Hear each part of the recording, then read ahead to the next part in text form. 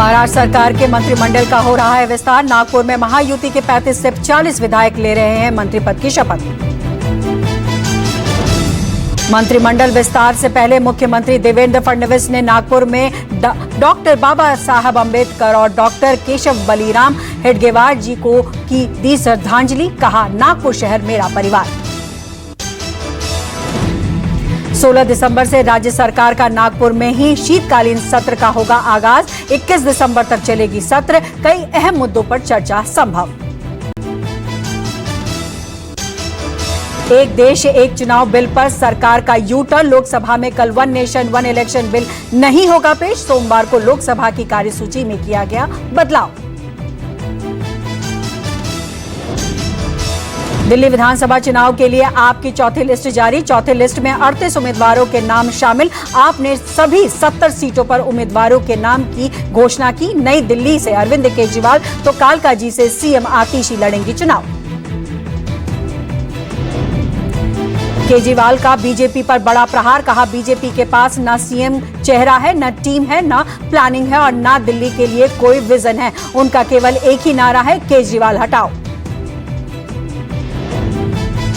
दिल्ली चुनाव से पहले बीजेपी नेता रमेश पहलवान और कुसुमलता आप में शामिल। केजरीवाल की मौजूदगी में आम आदमी पार्टी में हुए शामिल।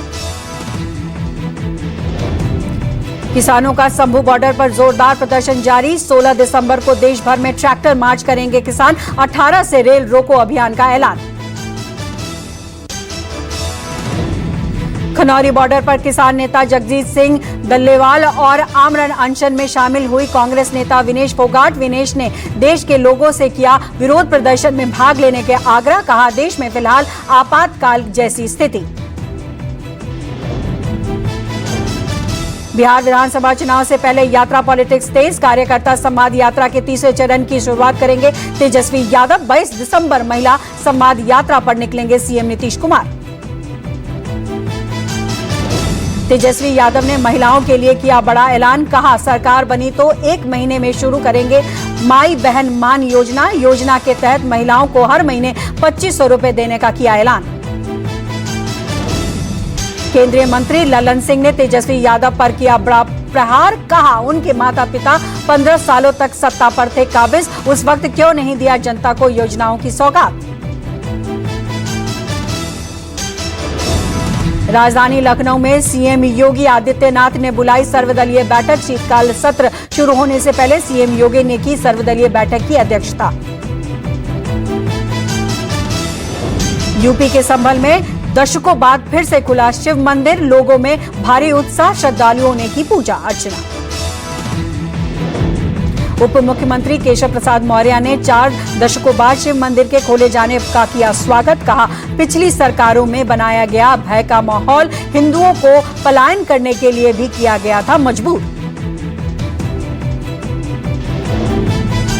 यूपी के संभल में प्रशासन का बुलडोजर एक्शन जारी। संभल के मियां सराय और हिंदूपुरा इलाके में अवैध निर्माणों को किया ध्वस्त।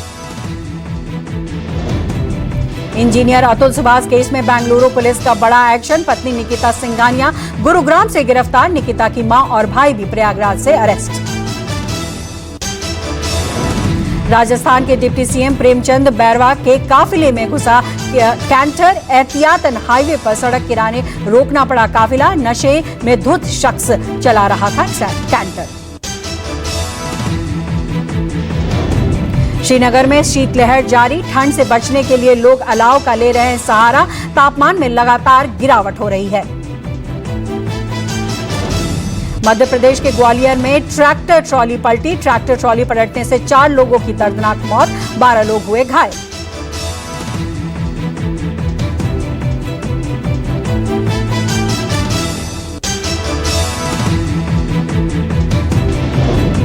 भारत पाकिस्तान सरहद से पाकिस्तानी ड्रोन और हेरोइन बरामद। अमृतसर सेक्टर की बीओपी कलाम डोगार के पास से हुई बरामदगी। युद्धग्रस्त सीरिया से निकाले गए 4 और भारतीय पहुंचे दिल्ली। पहले लेबनान फिर गोवा होते हुए आज पहुंचे दिल्ली। रेस्क्यू के लिए भारतीय दूतावास का जताया आभार। 2 दिन पहले 75 भारतीय लाए गए थे दिल्ली। म्यांमार में 24 घंटे में 2 बार भूकंप के झटके से थर्राई धरती। सुबह करीब 6:35 पर महसूस किए गए भूकंप के तेज झटके। रिक्टर स्केल पर 4.2 की तीव्रता रिकॉर्ड की गई। भारत से ट्रेड मामले में स्विट्जरलैंड का बड़ा फैसला। भारत के दिए मोस्ट फेवरेट नेशन का दर्जा लिया वापस। 1 जनवरी 2025 से स्विट्जरलैंड सरकार का फैसला लागू होगा। स्विट्जरलैंड के फैसले का भारतीय कंपनियों पर होगा असर। अब स्विट्जरलैंड और EU क्षेत्र में काम करने वाली भारतीय कंपनियों को देना होगा 10% ज्यादा टैक्स।